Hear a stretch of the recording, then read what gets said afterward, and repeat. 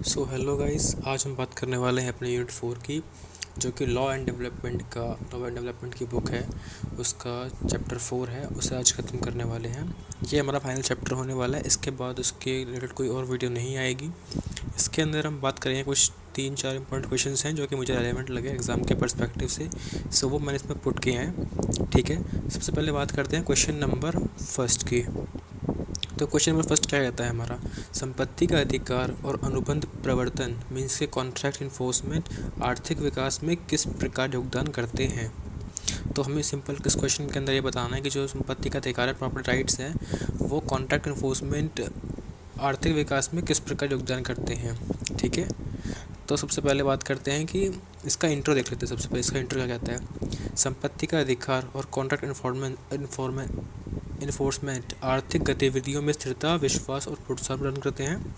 Means के ये जो आर्थिक हमारी गतिविधियाँ होती हैं ना, इनके अंदर गतिविधियों में एक स्थिरता, स्टेबिलिटी, विश्वास मीन्स के ट्रस्ट और प्रोत्साहन प्रदान करते हैं, जो कि आर्थिक विकास के लिए अति महत्वपूर्ण है। इसका मतलब ये बनता है कि जो प्रॉपर्टी राइट्स हैं और कॉन्ट्रैक्ट इन्फोर्समेंट है, वो हमारी इकोनॉमिकल स्टेबिलिटी और एक ट्रस्ट बिल्ड के लिए काफ़ी मतलब कि प्रोत्साहन करते हैं, जो कि हमारा जो इकोनॉमिकल ग्रोथ है उसके लिए काफ़ी इम्पोर्टेंट रोल जो है प्ले करता है। ठीक है, फिर बात करते हैं इसका संपत्ति अधिकार प्लस आर्थिक विकास में योगदान। ठीक है, तो ये हमारा पहला पॉइंट होने वाला है इससे रिलेटेड। प्रॉपर्टी राइट्स वह कानूनी नियम हैं जो निर्धारित करते हैं कि कोई व्यक्ति या संस्था किसी संपत्ति मीन्स के लैंड, आईपीआर या कोई सर्विस का मालिक और उसका उपयोग कैसे करता है। मीन्स के जो हमारे प्रॉपर्टी राइट्स होते हैं वह एक कानूनी नियम होते हैं, मीन्स के एक लॉ होते हैं, जो कि एक हमें इंश्योर करते हैं कि कोई व्यक्ति मीन्स कोई पर्सन होगा, उसके पास में संस्था किसी संपत्ति, वो कैसे उसको ओन करेगा या फिर उसके पास कैसे उसका यूज़ करेगा, तो वो प्रॉपर्टी राइट्स में मतलब कि बताते हैं। ठीक है, अब बात करते हैं कि इनका इकोनॉमिकल ग्रोथ में कैसे कंट्रीब्यूशन रहता है। सबसे पहले तो ये निवेश में प्रोत्साहन करते हैं, मीन्स के जो हमारा वो होगा ना एक तरह से इन्वेस्टमेंट, उसको काफ़ी वो करते हैं, सपोर्ट करते हैं। जो पूंजीपति होंगे वो निवेश करेंगे। अब पूंजीपति निवेश कर रहे हैं, पूंजीपति वो होते हैं जो होते हैं मतलब कि बड़े उद्योगपति, इंडस्ट्रियलिस्ट वगैरह होते हैं। अब क्या करते हैं, वो पूंजीपति इन्वेस्ट करते हैं ज़मीन के अंदर, तो उससे ज़मीन की उत्पादकता बढ़ती है। फॉर एग्ज़ाम्पल कोई पूंजीपति है, वो किसी गांव में जाके कोई फैक्ट्री मतलब कोई शोरूम खोलता है या कोई वो फैक्ट्री डालता है, तो यहाँ की जो लैंड है उसकी कीमत जो है प्राइस इंक्रीज़ हो जाते हैं, जिससे कि कृषि में सुधार होता है। कृषि में सुधार इस वजह से होगा क्योंकि जो लैंड इंक्रीज़ हो जाएगी तो भूमि की वैल्यू बढ़ेगी। अब भूमि की वैल्यू बढ़ेगी तो लोग वहाँ पे आके और इन्वेस्टमेंट करेंगे। उसके बाद में इन्वेस्टमेंट होने की वजह से जो किसान होंगे, किसानों को काफ़ी ज़्यादा फ़ायदा मिलेगा इससे, तो कृषि में सुधार होगा इससे, तो इसका एक फ़ायदा होता है। उसके बाद उत्पादकता में वृद्धि, मीन्स के जो प्रोडक्शन होता है ना उसके अंदर भी काफ़ी ज़्यादा वृद्धि होती है। मालिकाना हक तय होगा, उपयोगिता बढ़ेगी, उत्पादकता भी बढ़ती है इससे। और जो ऋण सुविधा है, मीन्स के जो हमारे बैंक होते हैं, बैंक से हमें ऋण सुविधा मिलेगी।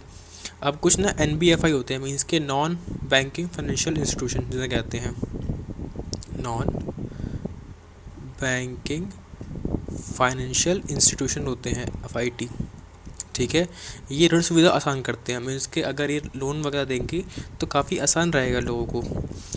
इसका एग्जांपल हम देख सकते हैं। इसका एग्जांपल ये बनेगा, भारत में जो लैंड रिकॉर्ड होते हैं ना, उनका डिजिटलाइजेशन पूर्णतः प्रॉपर्टी राइट्स को मजबूत करता है और निवेश में वृद्धि करता है। मीन्स के जो भूनक्षा होता है ना, वो प्रॉपर्टी राइट्स को काफ़ी एक तरह से इंश्योर करता है, काफ़ी स्ट्रॉन्ग करता है, जिससे कि इसमें इन्वेस्टमेंट होगी वो काफ़ी बूस्टअप होती है। ठीक है, फिर बात करते हैं अनुबंध प्रवर्तन की, मीन्स के कॉन्ट्रैक्ट इन्फोर्समेंट और इसका जो मतलब इकोनॉमी में डेवलपमेंट है, इकोनॉमी डेवलपमेंट में योगदान कैसा रहता है, मीन्स से कैसे इसका कंट्रीब्यूशन रहता है इसके अंदर। अब बात करते हैं कॉन्ट्रैक्ट इन्फोर्समेंट का मतलब क्या होता है।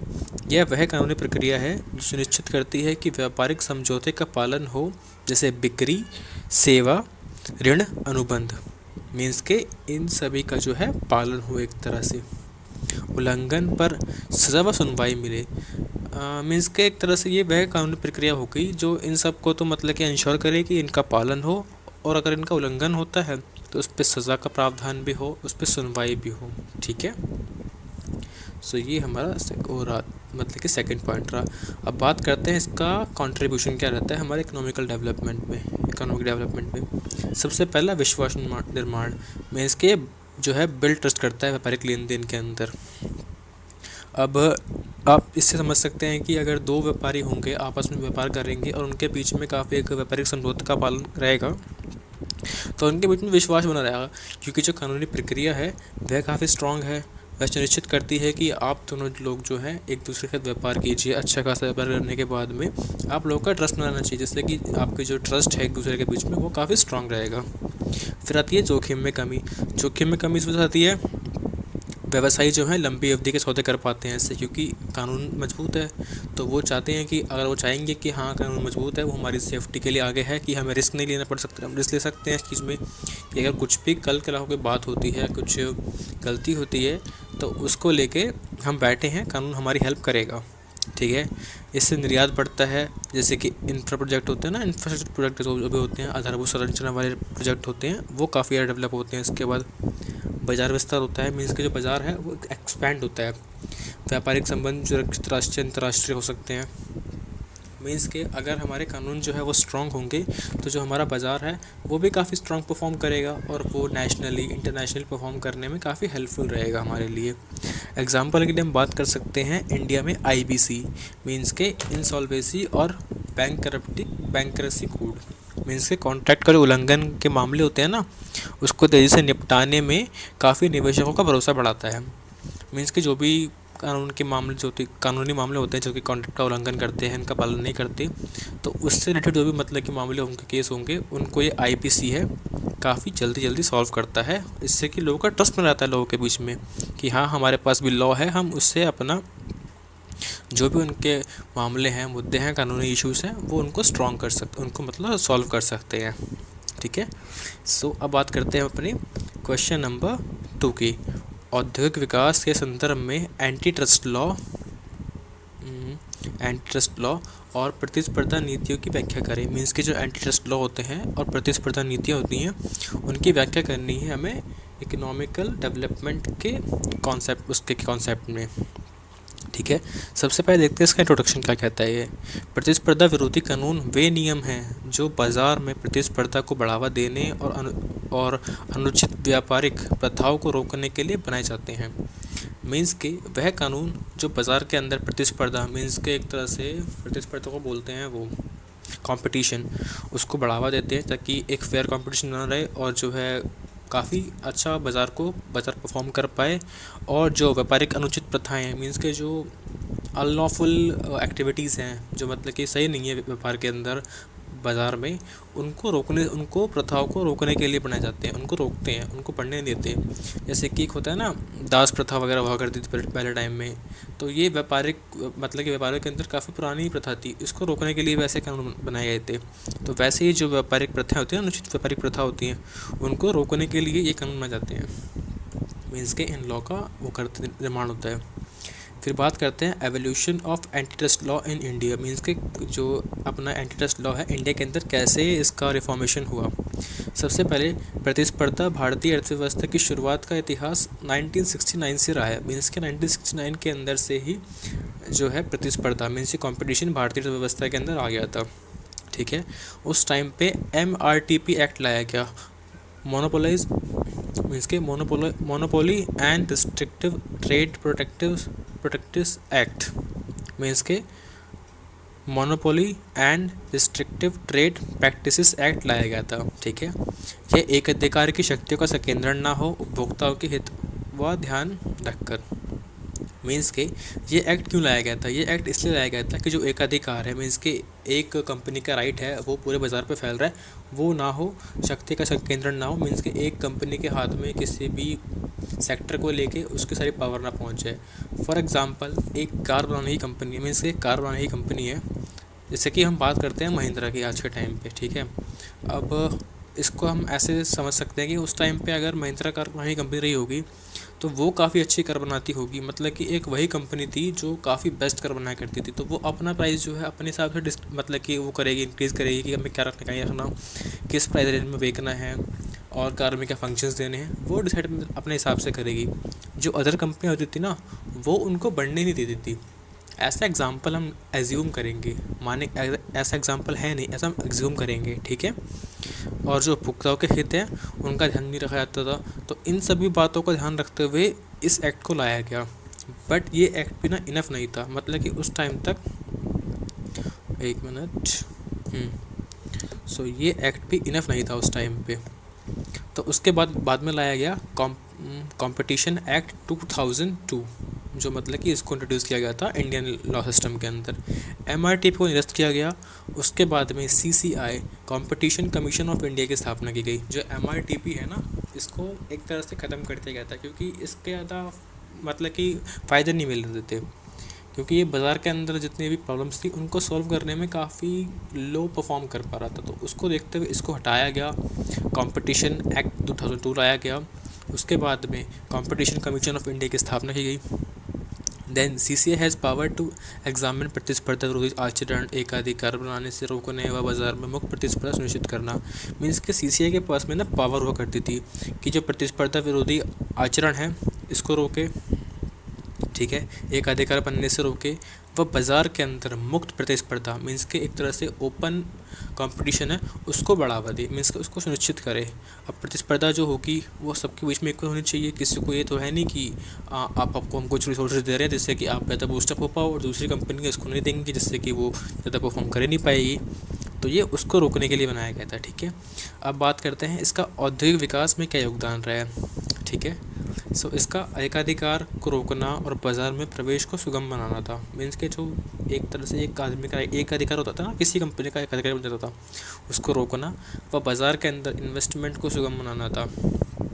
For example Google, Apple, Meta, Facebook, ये दोनों सेम ही हैं, पर एक अधिकार बनाने के मुकदमे चलते हैं, मतलब मुकदमे हैं बाज़ार में कि ये है ना, गूगल कंपनी जो है ये किसी और कंपनी को मार्केट में आने देनी चाहती है कि इसी का जो मतलब कि ब्राउज़र है, इसी के सॉफ्टवेयर है, वही यूज़ करें सब लोग।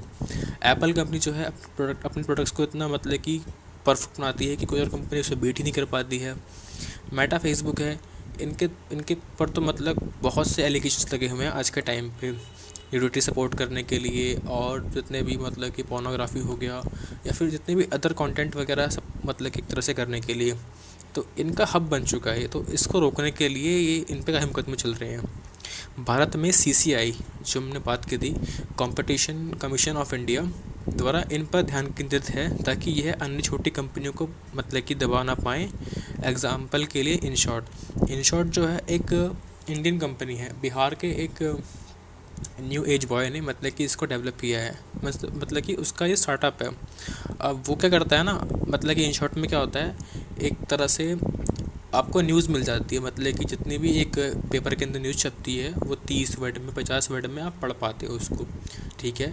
तो ये एक इनोवेशन है उसका। अब गूगल क्या करता है, गूगल के ऊपर तो गूगल एड्स आते हैं, तो वहाँ पे अपनी मतलब कि न्यूज़ वगैरह जो है उसको अपलोड करता है। तो उस एक तरह से ना गूगल की मोनोपोली बन चुकी है, एप्पल की मोनोपोली है, मेटा की मोनोपोली है, जितनी सोशल मीडिया प्लेटफॉर्म है इनकी मोनोपोली है। तो इन सब को रोकने के लिए, इनकी मोनोपोली रोकने के लिए, और जितनी भी छोटी कंपनियां हैं, इंडियन कंपनियां हैं, इनको हल्का सा बढ़ावा देने के ताकि ये भी अच्छा परफॉर्म कर सके इकोनॉमिकल ग्रोथ के अंदर, इन पे ध्यान केंद्रित किया जाता है इसके अंदर, ठीक है। सो हमारा, हाँ, अब इसकी बात करते हैं कानूनी प्रणाली की दक्षता, मीन्स के इसमें दक्षता की बात करते हैं हम लोग। अब जो इंडियन जुडिशरी है, इंडियन जुडिशरी ने मामलों के लंबित रहने की समस्या को कम करते हुए कई उपाय बनाए हैं, ठीक है। सबसे पहला जो न्यू मतलब कि लॉ है उनको इंट्रोड्यूस किया है। 1 जुलाई 2024 से भारतीय न्याय संहिता मीन्स के BNS 2023 इसको इंट्रोड्यूस किया गया इंडियन लॉ सिस्टम के अंदर। इससे पहले क्या होता था, वो होता था IPC, इंडियन पीनल कोड, अब BNS होता है। जब अब मतलब कोई भी केस फायर होता है या फिर FIR होती है तो उसमें BNS की धारा को जोड़ा जाता है, जिससे क्या हुआ कि 30 लाख से प्लस मतलब कि जो 30 लाख से अधिक जो होते हैं ना अपने लंबित मामले थे, मीन्स के पेंडिंग केसेस थे, उनको सुलझाने में सहायता होगी व आर्थिक विवाद तेज़ी से निपटेंगे। इससे होगा ये कि जो BNS लाया गया ना, पहले जितने भी लॉ बने हुए थे वो ब्रिटिश टाइम के बने हुए थे, तो वो इतनी आसानी से मतलब कि जो है केसेस वगैरह उनको सॉल्व नहीं कर पा रहे थे। बट जो अब अब जो मतलब कि लॉ बनाए गए हैं BNS के द्वारा, वो जल्दी केसेस को सॉल्व करेंगे और जितने भी आर्थिक विवाद है उनको तेज़ी से निपटा पाएंगे, ठीक है। उसके बाद विशेष उपाय में बात करते हैं स्पेशल एक मिनट, स्पेशल 2023 में एससी मीन्स के सुप्रीम कोर्ट ने 166 विशेष पीठ बैठकें बनाई। मीन्स के एक स्पेशल बेंच होती है जिसके अंदर 3 जज हो सकते हैं, 4 जज हो सकते हैं। मीन्स के दो जज से लेकर जितने भी सुप्रीम कोर्ट में जज हैं उन सब की एक बेंच बनती है जिसके अकॉर्डिंग वो 52,220 से अधिक मामले सुलझे और 2022 में 39,800 उन्होंने सुलझाए मामले। मीन्स के सुप्रीम कोर्ट ने 166 ऐसी विशेष पीठें बनाई जिनके द्वारा इतने सारे मामले रिजॉल्व हुए। तो कितना एक सुप्रीम कोर्ट के पावर है कि वो इतनी जल्दी सारे केसेस पेंडिंग केसेस थे उनको सॉल्व कर पाया। तो ये एक रिफॉर्म हुआ है इसके अंदर। उसके बाद है ADR मीन्स के वैकल्पिक विवाद समाधान। ठीक है, तो इसका है मध्यस्थता तेजी से व कुशल बनाने के लिए राष्ट्रीय लोक अदालत की, मतलब कि एक तरह से राष्ट्रीय लोक अदालत जो है वो लगती है, स्थापना होती है उसकी, जिसमें कि 1.19 करोड़ मीन्स के 1,19,00,000 मामले हैं वो, वह 10 करोड़ 54 लाख पूर्व मामले थे उनका निपटारा हुआ, जिससे कि जितने भी आर्थिक मामले हैं वो सॉल्व हो पाए, जितने भी मतलब आर्थिक मुद्दे थे वो उसमें सॉल्व हो पाए। ठीक है, आर्थिक में योगदान। यस, सो अब बात करते हैं कानूनी दक्षता की। ये तो हो गया। जनहित याचिका मीन्स के PIL का योगदान क्या है, जनहित याचिका का योगदान क्या रहा है इसके अंदर। एक मिनट, हाँ, PIL जो है भारतीय कानून मतलब प्रक्रियाओं के अंदर एक शक्तिशाली उपकरण रहा है। यह सामाजिक आर्थिक मुद्दों को संबोधित करने में मदद करता है। फॉर एग्ज़ाम्पल, अब आपका कोई केस है, ठीक है, अब वो कोई सुनवाई नहीं हो पा रही है उस पर, तो आप क्या करेंगे कि वकील है उसको हायर करेंगे और वो है PIL दायर करेगा मतलब कि कोर्ट के अंदर कि सर इस केस में ऐसे मतलब इसका फ़ैसला आया बट हमें इससे संतुष्ट नहीं है। तो आप हायर कोर्ट में PIL दायर करते हैं। जैसे कि आपका जो है डिस्ट्रिक्ट कोर्ट में मामला था, अब वो सॉल्व नहीं हो पाया, मतलब जो फ़ैसला वहाँ से मिला उससे आप संतुष्ट नहीं है, तो आप हाई कोर्ट जाएंगे। अब हाई कोर्ट में जो मतलब की सुनवाई हुई है उससे जो उसका जो डिसीजन आया उससे भी संतुष्ट नहीं है, तो आप जाएंगे सुप्रीम कोर्ट में। तो ये वहाँ जाके एक तरह से PIL दर होती है।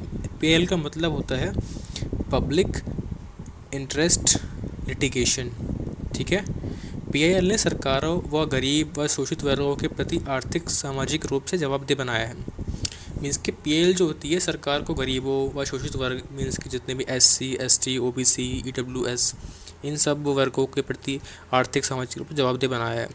अब बात करते हैं कि PIL दायर कैसे होती है। ठीक है, तो ये दो मतलब कि उसमें दायर होती है। सबसे पहला सुप्रीम कोर्ट के अंदर जो है आर्टिकल 32 द्वारा सुप्रीम कोर्ट में दायर होती है, व हाई कोर्ट के अंदर आर्टिकल 226 द्वारा हम इसको दायर कर सकते हैं। अब कुछ महत्वपूर्ण फैसले हैं जो कि केस स्टडी के फॉर्म में आ सकते हैं, जैसे कि हुसैन आरा खातून वर्सेस बिहार स्टेट 1970। इसके अंदर क्या हुआ था, 40,000 से ज़्यादा अंडर ट्रायल कैदी मतलब कि जो अंडर ट्रायल थे उन पर मुकदमा चल रहा था। ठीक है, हाँ, उन पर मुकदमा चल रहा था तो उनको रिहा किया गया था। तो रिहा कराया गया था, जिससे कि क्या हुआ कि त्वरित न्याय व अधिकार सुनिश्चित हुए।